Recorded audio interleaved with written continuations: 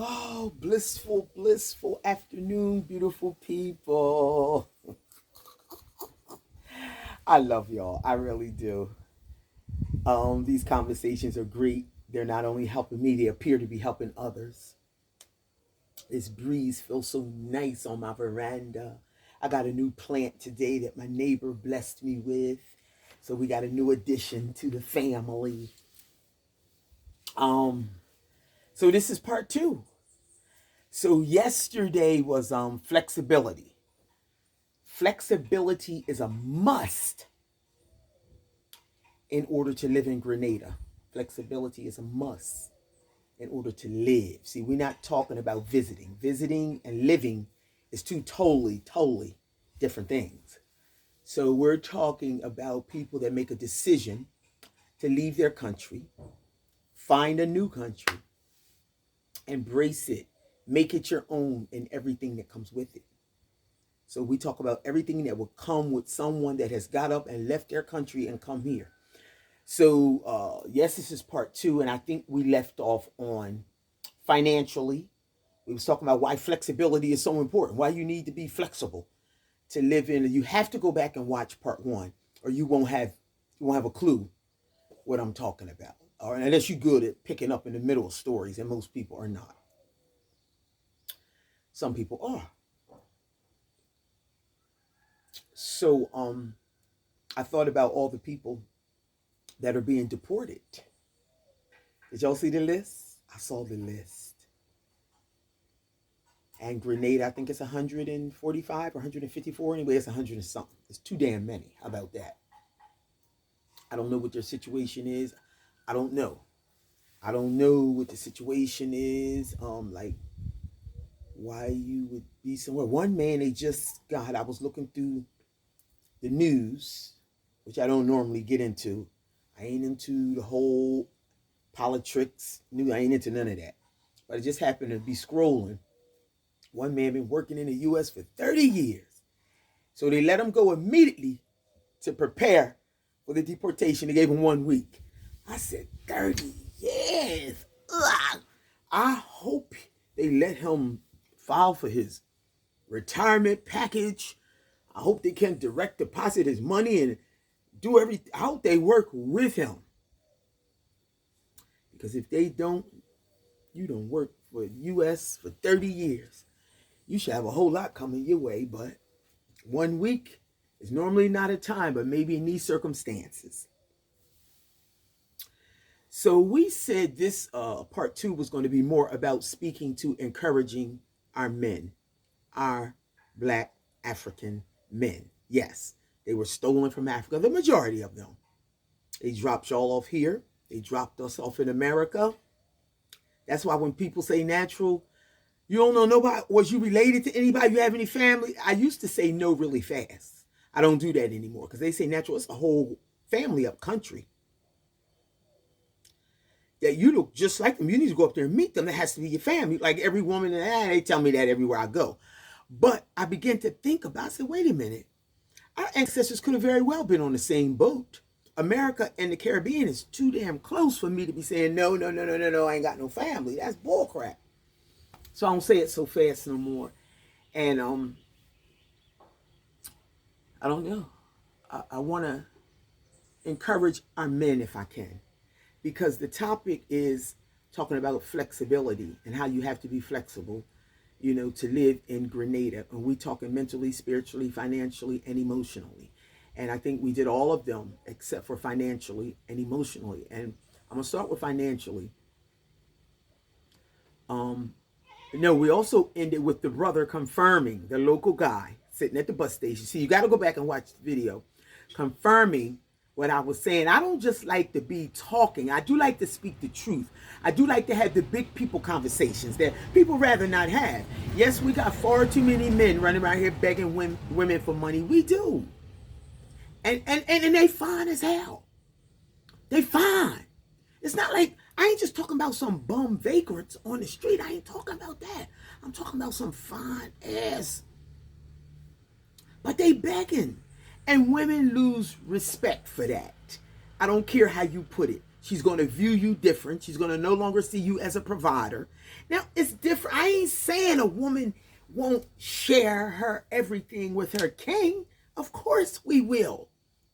But we got 2 damn men. Y'all know what I'm talking about. And the brother confirmed, okay? The local brother. He said, you know what, sister, you right. Not all of us. But there is a lot. One thing about Grenadian men, they don't have no problem asking. Yeah. Okay, thank you. Thank you.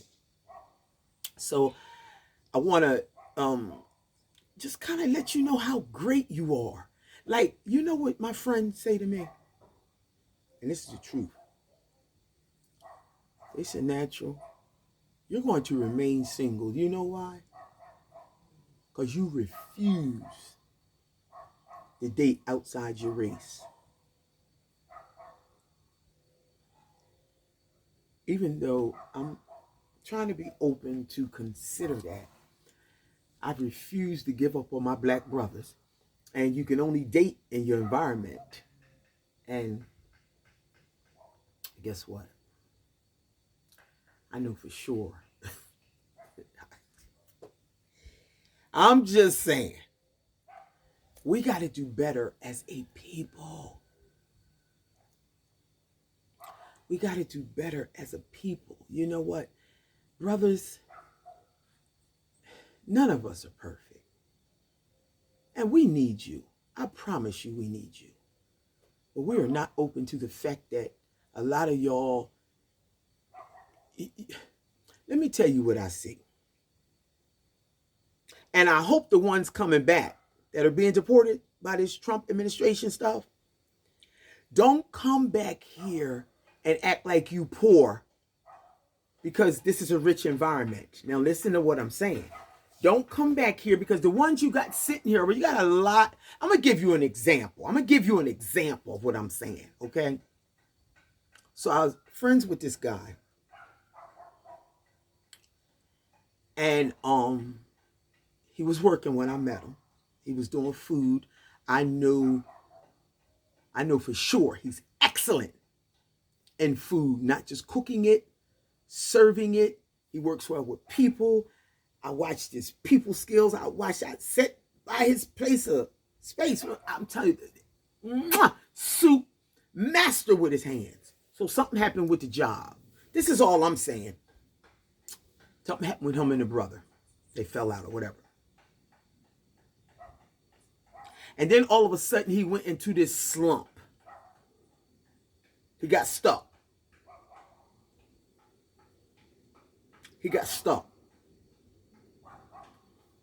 There's no time for getting stuck, brothers. Listen, if one job, I've been living all over the world, right? I remember a job fired me one time in America. I ain't miss a beat. We talking about flexibility. Yes, we are. And we trying to lift the brothers up because they get stuck over here. One thing happened. I ain't miss a beat. They said, you're fired. I said, okay. I shake their hand. Thank you for everything you've done for me. Start making calls. Start making connections. And boom, I had just bought a house. I had just bought a brand new car off the lot with 22 miles on it. It wasn't no time to be missing. And I ain't never had no man to call on. Never. That's not my story. I ain't never had nobody. Natural always had to fend for herself. So that makes me a little hard when it comes to, okay, brother, something happened with you and that brother. But guess what? You got a set of skills. If you got a set of skills and you've been working for people all your life, that means you got something to offer. People will pay you for something because you got skills, right? And if it can't be for somebody else, then you create it yourself. This is a create yourself country. You don't come here looking for a job. When I do consultations with people and they pay me for 30 minutes or 45-minute sessions, guess what? The first thing I say, they be all excited. Listen, you don't come here. They say, oh, maybe I can come here. My niece sent me a message the other day. Maybe I can come stay with you for the summer and get a summer job. Well, maybe you can under the table for somebody. They might need somebody to help them, blah, blah, blah. But how about you be thinking create your own? Create your own. Now, this brother I'm telling you about, he wants a food truck. And he's worthy of one. A food truck is $40,000. Okay, let that be the long-term goal. And long-term could be 6 months. But what are you going to do right now? Because you got rent, you a man, and I'm not her. I'll help you out a little bit. Here you go. But then you start asking like it's okay and you just sitting. No, how about get you a nice table? You live on the main road. How about get you a nice table, put it out there, put a nice tablecloth on it. Advertise on all the marketplaces, all the sites. We have sites here in Grenada that everybody on the freaking island is on the site. So if you want to buy something, sell, so every car I done bought and sold, I did it through that site. Every time I'm having an event, I put it on that site. Every time I'm having a sale, I put it on that site. And they come looking for me. You are so good with your food, and I know you've served so many people. So why don't see you? Now that I would have been glad to invest in. Now you asking me for something there? Yeah, come on, let's do this. Get your table. Get your clothes. Sure, I'll go get all your containers for your food. How about that? You can do that shit on fire. You're right on the main road. Put that shit on your grass. Cook your soup on fire. Get you a big pot. And put you a sign out there. And I guarantee you everybody riding by there is going to stop and get a $15 soup. I know they are. Have some nice bread on the side to give them. And get a container and sell some cold waters or something. You can do that until that $40,000 chunk. You got to do something. You can't just sit there and looking at no. Nobody's respecting that. Listen, we come from an entrepreneurial root setting. And when I lived in South Africa or even living here, I get to see the true essence of entrepreneurship. I'm telling you, when I go down that market to my workspace and I see all them sisters and brethren and farmers and farmettes on the side of the road and they be selling, and I'd rather get my stuff from a farmer anyway. I'd rather get a cup of soup from somebody cooking on a fire outside before I go inside of a building. If I see somebody outside cooking in yaba pots on the fire, I know that's the best healthy way. What? And one time I went to see him and he had on this chef shirt, colorful, on his beautiful black skin, which means he's also neat and clean. He had on a shirt like the chef shirt. Boy, if I seen him stand on the side of the road, I'll pull over and get 2 cups of soup. Stop playing. Stop playing. He went and sat down from that point forward, sleeping all late. You can't ask me for no money. I done helped you out twice, and that's it. Because if something go down right now, unless the Creator takes my strength, and I can't breathe and I can't move, that's different. We ain't talking about that. We're talking about an able body. Just like Trump over there pulling food stamps and everything and all that stuff from able-bodied people. That's cool. You can't get mad at that when you've been getting them all along. And So all I'm saying is, brothers, listen, you can't be begging women for money. It's unattractive. We're not excited by it. I don't care if it's your baby mama, somebody you sleeping with. Nobody's excited by that. And for real, they're going to see you less than. They no longer see you as a provider. Everything's going to change. The sex going to change. The loving going to change. Everything going to change. The way they talk to you going to change. Then you're going to say she's being disrespectful. She ain't being disrespectful.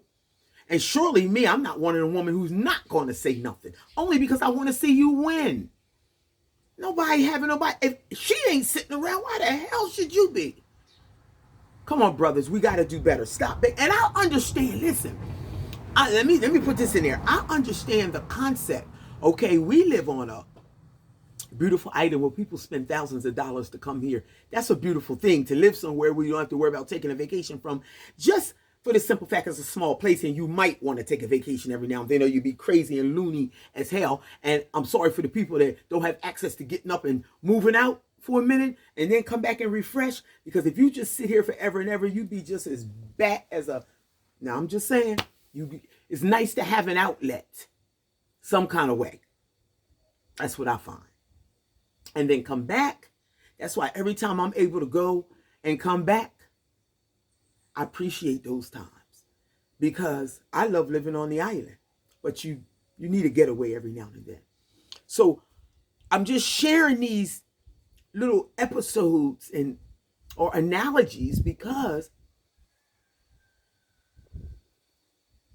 we got to do better. Remember when I did dating in Grenada part 1, part 2, and part 3, where a lot of people start calling me, UK, Canada, all over, police officers. Look, I was walking down to my booth, and I could see somebody tooting, but they had tinted windows. They was up. I seen the window coming down. Now I could see it's a cop. And I was like, all right, officer, what I do now? I don't want no problems. How may I help you? He said, no, I just want to tell you, I really, really enjoy watching your videos. He said, another thing. I said, which did you see? He said, dating 1, 2, and 3. I watched all 3. He said, my concern is I got daughters, and this is going to be their options. I said, but that thing is a trickle-down effect. Like, you got to be better so you could teach your son better. Because all that begging. Oh, this is the part I wanted to say. Yeah, teach your children. Yeah, do that. I understand the concept. We live in this beautiful place, right, where tourists come, and it can seem like opportunities for us, and for a lot of us, it is. I remember when my ex-husband married me. I remember him saying, "This could be a good opportunity for me too." I remember him saying that. It's just that when he started begging me for money to the point where it made me uncomfortable, I had to say, "Listen, you're making me uncomfortable. You got to stop." He went too far with it. But look, if you just don't go too far with it, like if you find and you might really like the person, the foreigner. But you gotta chill, because one thing about me is wherever I sleep, you sleep. Whatever I eat, you eat. That's how I am with my man. But if you start that begging shit, I'll lose a level. We was never able to pull back from that. You can't start that begging shit. Nobody respects that. And you might be a beautiful person, and then, like, say you sleep with the person, right? And then they start asking you for money after that. And then you speak up for yourself. I'm giving you an analogy. Listen. And you speak up. You say, that ain't cool. So, of course, you say something. And that'll change the whole thing. So they pull the nick back. The good loving. They pull it back. So well, if you're trying to sell the thing, then that might be a great opportunity for business too. I'm just saying. If you want to sell it, because I ain't paying for no thing. I ain't doing it. I will do whatever I do. I ain't buying. Now, it's like you give somebody something, and the next time you say how much you got. That type thing. So make love to them, and then they speak up like, and they let you know, look, I ain't into that. And they pull the thing back. Good. I should have named the video Good D-I-C-K. Good D-I-C-K. Or if you want to sell it, I'm just saying, I can manage that too. Matter of fact, I'll start giving out my business cards. That's opportunity for business too. I'm just saying, ain't no time to be sitting around. You sitting on gold in Grenada. Don't come here acting like you poor because you really rich. See, that's what most of y'all's problems are. You really think you poor and you think you down and out, but you rich. You sitting on many resources. I specialize in sea moss, moringa, and soursap leaf. Guess what? I'm at the post office every day. And guess who my best friend is on this island? The post office. I've never sold any here, but I ship every day to America, to UK. And guess what? I'm using the resources of your rich country. Stop thinking you poor because you really rich, Grenada. Love and respect. Please like, subscribe, and share. And I ain't just talking to Grenada. I'm talking to the men. Pull up. Pull up. Either you selling it or you really like somebody. With all that begging, that thing's ugly. Pull up. We love you.